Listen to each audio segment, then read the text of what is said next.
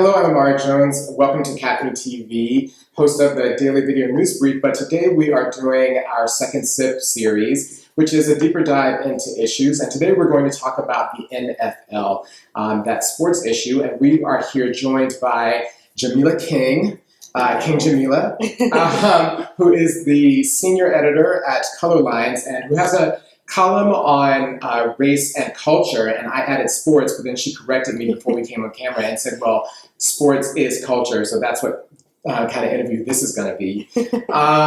But she wrote an article back in September, as I referenced, on the NFL and the 5 things that we should look for during the season on race, gender, and sexuality. And now that we're basically 1 month in, it's a good time for us to come back and to revisit the progress on those issues or the state of those issues with Jamilah, who I'm thrilled to have with us. Thank you for joining us. Thank you for having me.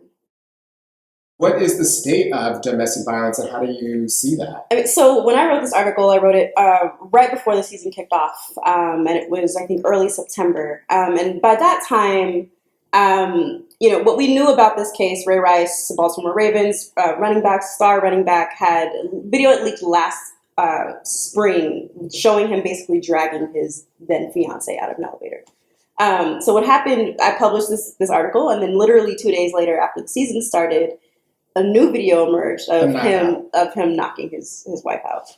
And, I think it's really, really put Roger Goodell in the hot seat, and that's where he deserves to be. This is a commissioner who, a lot of the responsibility has fallen on his shoulders, but frankly, the NFL is a violent institution, right? Like this, and not to say that every NFL player has issues policing boundaries and, has issues with domestic violence, but it was really tough for me to watch, ESPN commentators and say, well, we just want to say that, the NFL is not a violence. And no, this is a league that's predicated on violence, one.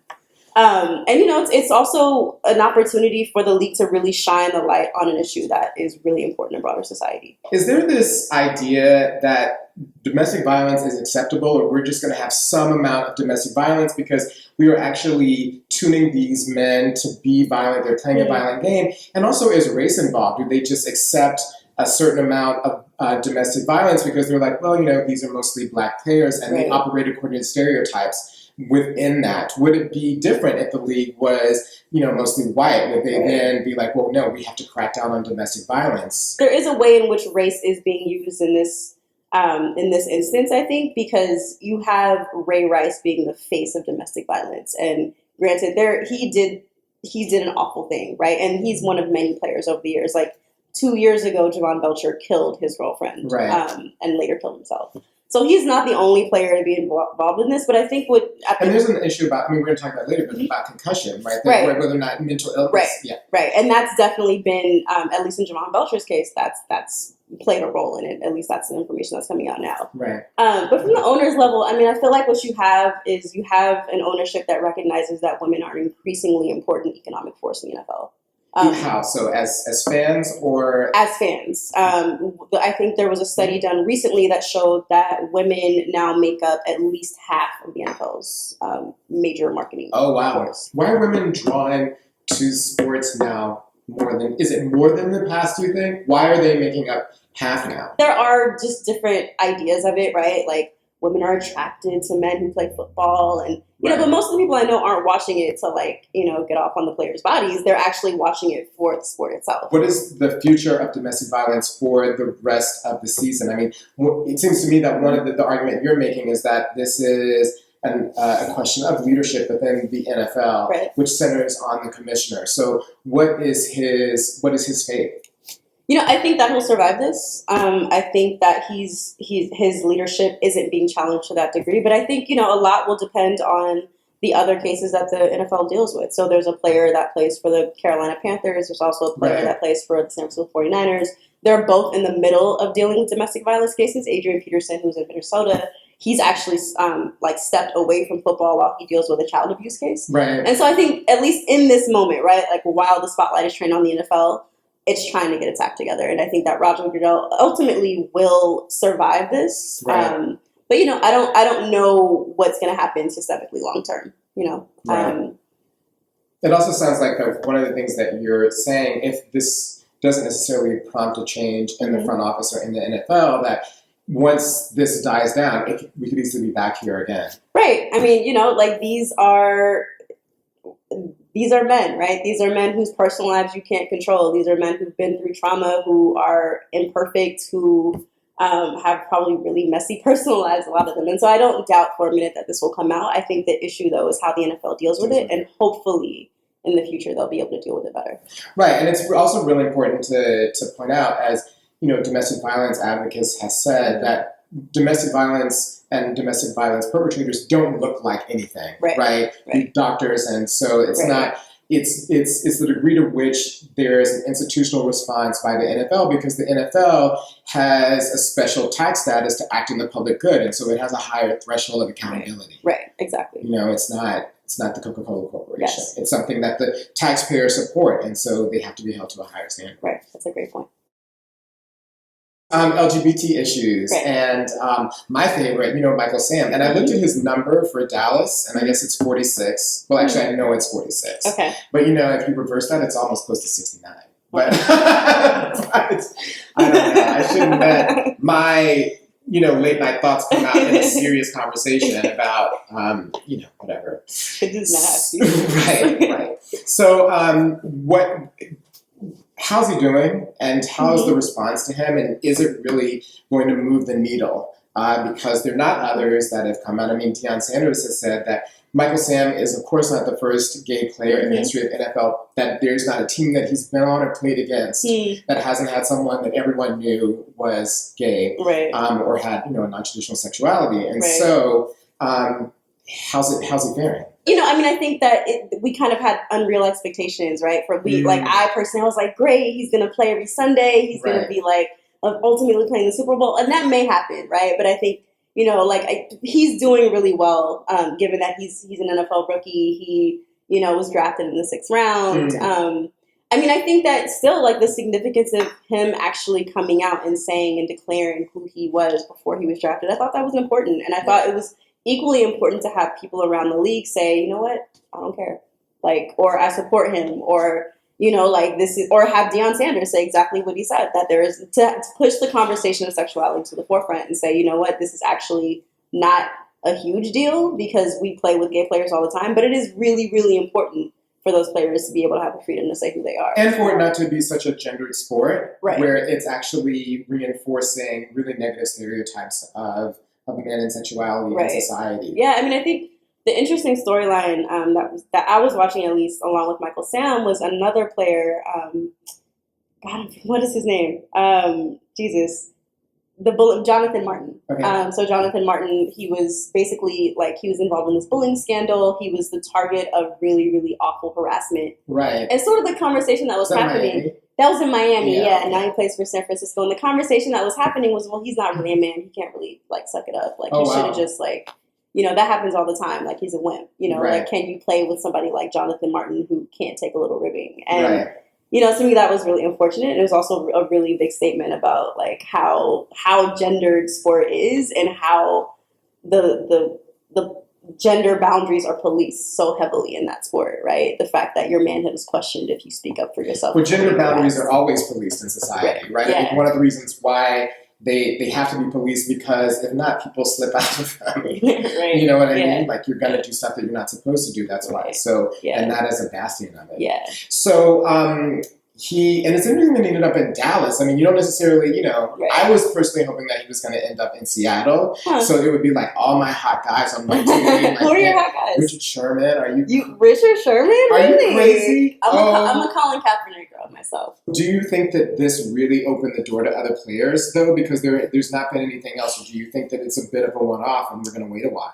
I think we're still going to wait a while. And I say that because, when Michael Sam first came out, there was talk of him being a 3rd round draft pick. And then he was selected in the 6th round ultimately. Right. And so I think part of it was that you had so much scrutiny around his personal life. You had former teammates of his coming forward and be like, oh, I think he's changed. He's not the same, just laid back dude. He's a celebrity now, So, and I think what what ultimately will turn the tables is when you have an He was in the accomplished. closet before. I mean, that's Right, right? right, So yeah. that's why he didn't have to be laid back and low key. Exactly, he couldn't be himself, right? But like, I feel like when you have someone who,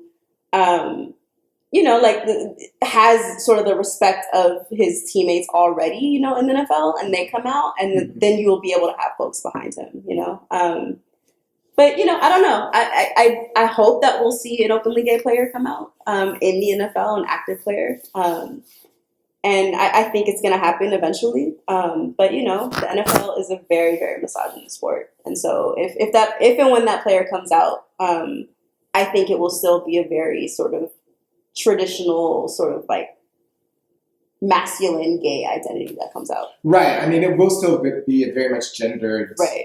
Identity, but then that would still be progress in some way. That would definitely be progress. And Amara Sherman has a nice ring too. Amara Sherman has a great, and he has a wonderful smile. I will say. Right. He has a great smile. There's so many.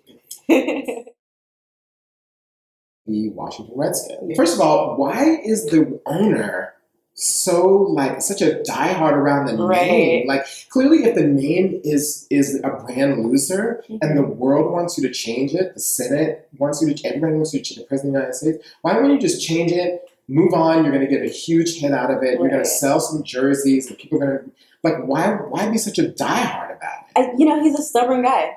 I mean, he is just, Dan Snyder is a notoriously stubborn guy. And I think also when you think about like sports teams and cities specifically, like people are so proud and territorial of their sports team and that team's name. And so I think that's what he's trying to hold on to, but he's the only one though. Ain't nobody holding on to him. Yeah, it doesn't make sense to me. I mean, what kills me, right, is that you have a city that changed the name of its professional basketball team from the Bullets to the Wizards because it was in the middle of the crack era and they thought that was a bad connotation to have. And it's just like, you can't make that leap. Like, come on, like that doesn't make any sense to me. But, I don't know. I feel like the team's name has become a bigger deal than the team itself. And just from a brand perspective, that's awful. Right? Like, you're losing money. Like, I don't know anybody who watches that team now and is able to actually watch it without this issue coming up. And rightfully so, right? The team name is downright racist. Like, you can't actually like be proud to say that you are associated with an organization like that, and it's literally alienating an entire group of people. But there's no leverage. No one can force him to change the name, right? I mean, I think that you have activists who have really put him in a corner. I think what you see the difference now is that you have sort of an organized, strategic sort of PR campaign that's targeting this team, right? There was an ad that came out that was basically like, we call ourselves a lot of things, but Redskins isn't one of them. And it was such a powerful ad, right? American group. Like, I actually looked at team names going way back, and I'm from the Bay Area, and our team is the Golden State Warriors. And way back in the 40s, the logo was basically like some Native American character with a spear, like holding a basketball, basically. And so you have a lot of these caricatures that have really... It's so fascinating that the country put so much effort in terms of decimating and wiping out these tribes, but then now is really intending these ways of embracing the identity. Right. It's like, we want to celebrate you. Yeah. We're actually like paying homage to you. It's like, nah, dude, you've been killing them. Exactly. For, like, so now that 90% of Native Americans are gone. So. Right. So one quick question. Why do you think the issue of mascots is now? Right? These mascots have been around for a while. Right. And the Redskins complaint has been around for a while. So I wonder what's crystallized it as a national issue that's going from like these little hamlets to the nation's capital. I mean, I think one thing is that you have sort of a deliberate attempt, at least on these teams' part, to try to paint themselves as multicultural, right? Like, if they don't have Native players or they don't have a big swath of Native fans, and at least they are reaching out to folks, right? So you have a lot of teams whose mandate is to basically reach out to your local community. And so they have things like in Sacramento, they have an Indian American owner, and they have a Sikh night to basically, like celebrate all the folks in the South Asian folks in Northern California, Sikh community, And so you have that sort of mandate, and that, people look at that and you're like, okay, you're celebrating people of color on the one hand and then also exploiting them on the other hand, right? Right. Like, very, very obviously. But then you get down to stuff like the fact that a lot of the stadiums that these teams are playing in are publicly financed, right? And like dependent on wages that are predominantly paid by people of color. You have supposed jobs that are supposed to come in the area, and they're often like, like low wage, like seasonal positions. And so, I think that this is one of the things that's coming up in terms of the mascot thing, but I think there's a whole economic and financial infrastructure that hasn't really been tapped yet. And I think that's sort of bubbling up to the surface. Yeah, and they get like $1 billion in subsidies every year, like from state and local governments. That's what I read. So aside from the tax exempt status, that a lot of these communities, as you say, which in many cases are now predominantly people of color, subsidize and underwrite these teams. And what's interesting is you see a lot of stadiums being built outside of cities now. Yeah, that's right. A lot of folks of color are now moving outside of cities because cities are just not affordable anymore. So you have Dallas's stadium is no longer in Dallas. It's right outside of Dallas. San Francisco, the same thing. And these are $1 billion stadiums, right? They're really, really expensive. So, you see that when it comes to public financing, it's often on the backs of people of color. Wow. Yeah. Hence the need to drop the name Redskins. Drop the mascot. On-field protests. Yes. And you were specifically, when you wrote about it, you were thinking about Ferguson, which has not gone away as an issue. But it's also the case that it seems that in a lot of these sports, players are increasingly being more outspoken about what is going on in their league and the front office and even what's going on in the country. Right. I mean, I think you see players in a lot of professional sports. I'm thinking of not just the players who, for the Washington Redskins, actually, who came out with their hands up for Ferguson, but also, a couple years ago after Trayvon Martin was killed, you had the entire Miami Heat squad posing hoodies and, folks want to make a statement. And I think some statements are okay to make and some by the league standards aren't. I think that players are really vocal about issues that care to them or that they care about and that matter to them. But, I don't, I think when I think of it, I think of that famous image of, John Carlos in the 1968, Olympics, standing up with his fist raised and stuff. And you don't see a lot of that anymore necessarily.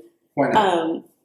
Because of the way that sports are policed, I think there's so little room for spontaneous acts like that. I think. Policed how? How? I when it comes, everything from the camera angles, right? Because sports are so, are basically these huge productions, right? The minute there's any sort of discord, cut away from the shot, right? So I mean, there's that, and because the money in sports is the television, right? That's where and so they don't want you to do anything that will really embarrass the league. And it's the biggest audience anywhere on television, right? And so they have a broad range of Americans that they don't want to piss off. In terms of the really, really powerful statements that you see, you don't see necessarily Muhammad Ali's. You don't see folks actually sitting up and being like, yo, this is messed up. This is really messed up, for Black communities to be basically terrorized by police, right? And you have a lot of folks who come from these communities. When I try to think about why folks aren't speaking out, it's hard. I mean, I think, yes, the way that the league is policed, but then also, there's so much money involved. And if your livelihood is on the line, literally, if you could be cut from a team, I think that makes a difference. And I'm not sure how many players are willing to take that risk. Yeah, because in the Muhammad Ali thing, I mean, there's that HBO movie earlier this year, he paid a price. Right. And that's something that, and I'm sure that's something that they're very aware of. Right. Because a lot of times these players have a lot of people that are relying upon them. Right. You don't want to do anything other than do the sport, right? Play the sport, shut up and play the sport. And that's kind of how, a lot of evaluations. So shut up and take the money and be silent and do your job. Do your job. And that would make sense that then there's a lot of this, we were talking about earlier, a lot of, as you were saying, they have really messy lives. I mean, that can fuel that because you can't express yourself and be a real person. Right. You have to be sort of this machine, right? You can't be yourself. How do they do it, I wonder? So then the thing is, how can you do all this? You can't express yourself, you can't do, so how can you do this and not be crazy?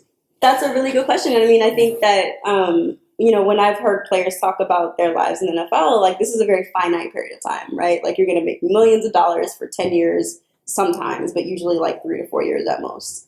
And so can you deal with this type of lifestyle, for that stretch of time? And that's a really conscious decision I think a lot of people have to make. And this also explains why there's so much pressure on their partners, because they have to, they're the ones that have to try to hold together this craziness. Right. You know what I mean? Yeah. At home, because the guys can't, because Right. the practice and all the rest of it. Right. I mean, it's... But it's interesting because you see a lot of shows pop up now, like reality TV shows like Basketball Wives or, just the Housewives franchise. You have former athletes' wives or whatever going on. And it's entertainment, right? So can you deal with being married to an entertainer and having to keep up this image or whatever image it is? It could be a dysfunctional image. It could be a really clean-cut image. But can you do that?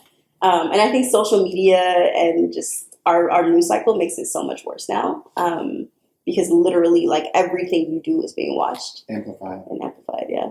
Well, it'll be interesting to see because Ferguson's clearly not going away. Right. Well, what will happen in terms of how it unfolds in the league and whether or not, there are more on-field team-wide protests about a lot of other things. Right, so. Yeah. And I mean, you do have players like surprisingly LeBron James is probably one of the most outspoken NBA players when it comes to issues of relevance, he's spoken about growing up in a single parent household. He's spoken about Trayvon Martin. Yep. And when I say spoken, I don't mean like he's actually gotten up and said something incredibly powerful, but given the silence everywhere else in professional sports, I think he's actually saying a lot more than others. He's been in a class by himself though, right? Because and he always has really good special relationships with his owners. Right. So he knows his job security is fine. That's right. He didn't have to worry about any of that. As long as he's bringing home the championships, he can say anything he wants to. Yes.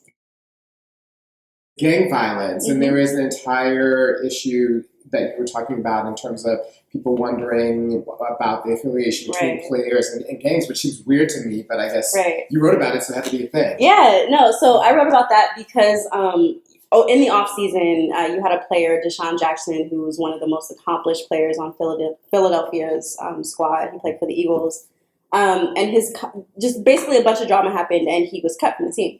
And so what got out ultimately, and a lot of sources were reporting this, and so the idea is that it was leaked to these folks, but basically they were worried that they were uncomfortable with his gang ties. He's from South Central LA, and so they were worried that he was associating himself with a lot of bad people. And,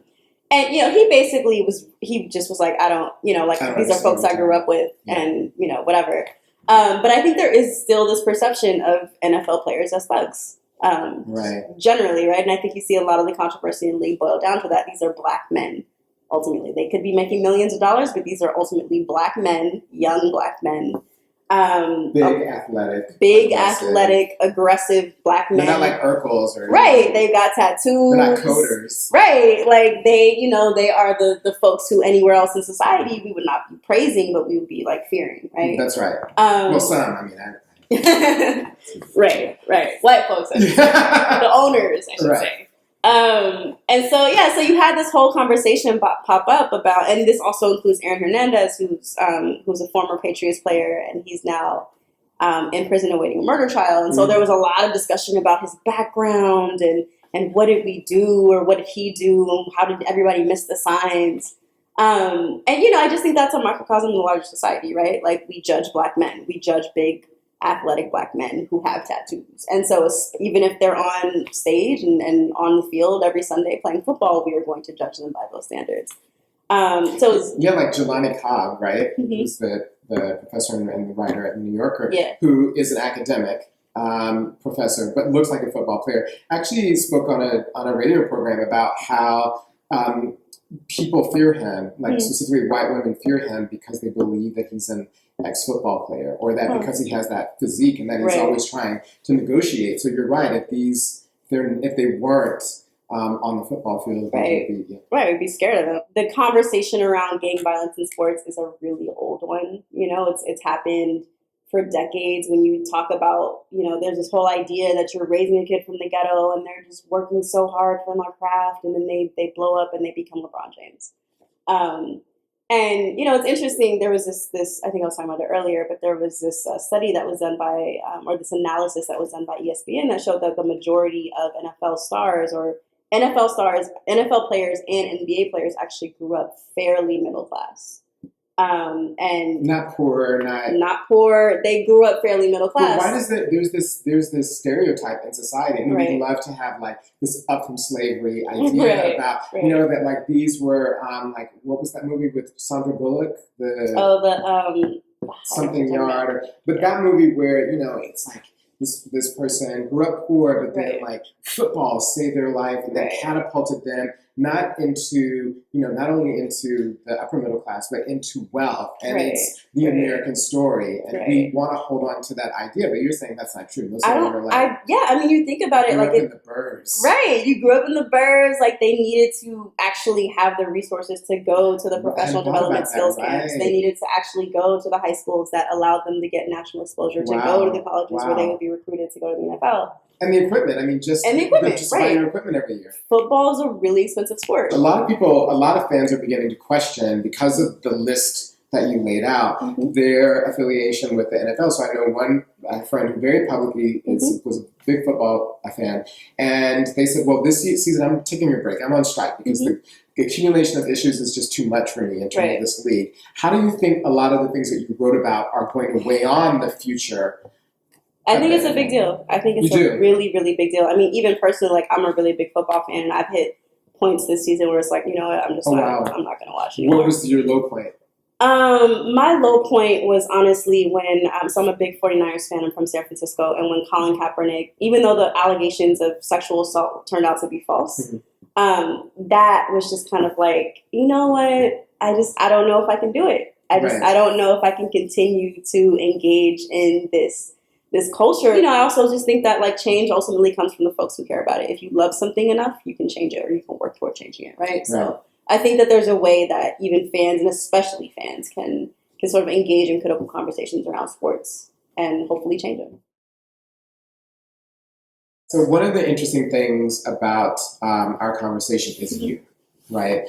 Because in so many ways, people would look at you and assume that you're not who you are when it comes to sports and football. That as a woman of color, as a young woman of color, as a person who people wouldn't necessarily associate as one who writes about sports, who's gone on MSNBC and on public radio and all these places and talked about sports in a pretty deep and knowledgeable way, would just look at you and be like, no, what is she talking about, like Fashion Week? Right? But no, quite the opposite. So how do you come to your passion in sports? So I think I come to the passion in two ways. Like all good things in my life, my grandmother, I think, is responsible for my love of sports. Growing up, one of my biggest memories was going to her house, and she would always be watching something. She would always be watching sports. So she would be watching either a 49ers game, or she would watch golf. And so she was this really, really passionate sports fan.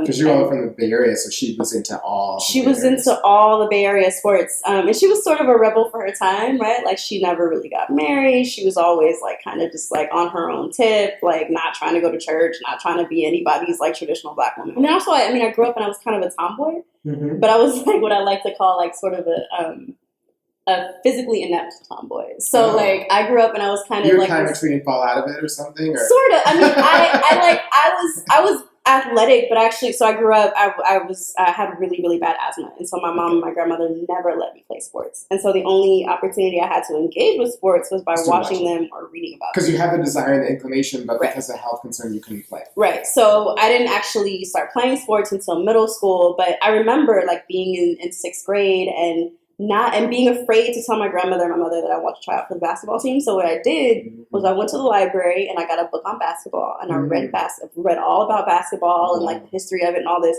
so that my pitch to them could be informed. And that they could know that this was something that I was really passionate about and wanted to do. And it worked. It worked. And what is it about you, though? I mean, that moved you from being like a fan and someone who has all these touchstones. Like, I love sports because it's about memories and it's about family and it's about connection. That's true for a lot of people. But how did it send you into like a deep dive on like stats, and like you're looking at the stats for each game and you're watching it? You know what I mean? I mean, I think I'm really obsessed with stories, right? And I feel like when you can build sort of narratives with stories, right? Like I really like the whole Nick Silver thing, right? Or Nate Silver, like wanting to basically predict the future and like look at it. Like you feel a little bit of control when you can actually look at something and be like, okay, statistically this should happen. So then how, I mean, given all these touchstones that you have in your life, right?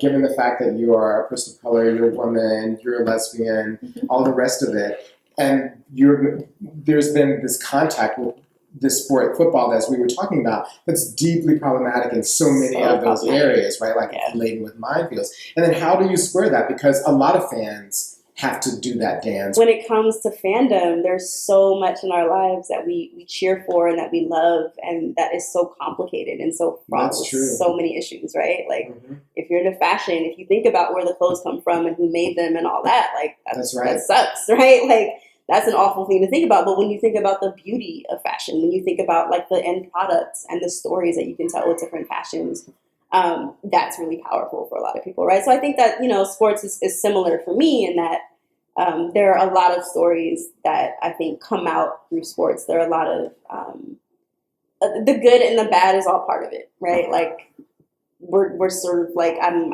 a contradiction in a lot of ways, and I think I'm just like everybody else. So a great way to end this conversation about your love for the sport is and its complications and the way these things come together is, how do then you feel as a person who values sports and is an advocate for women, the emergence at the local level at these high school teams of women playing on football teams? How do you feel about that? How do you respond to that? What do you think that is a part of the future of football? I do. The NFL recognizes the majority of its, or not the majority, but close to the majority, close to at least half of their fans are women. And I think right now you're having the cultural conversation around, like, how do we cater to these female fans? I think the terms of inclusion would have to be much, much different. I think that would really fuck with gender in a way that a lot of people are not prepared to deal with.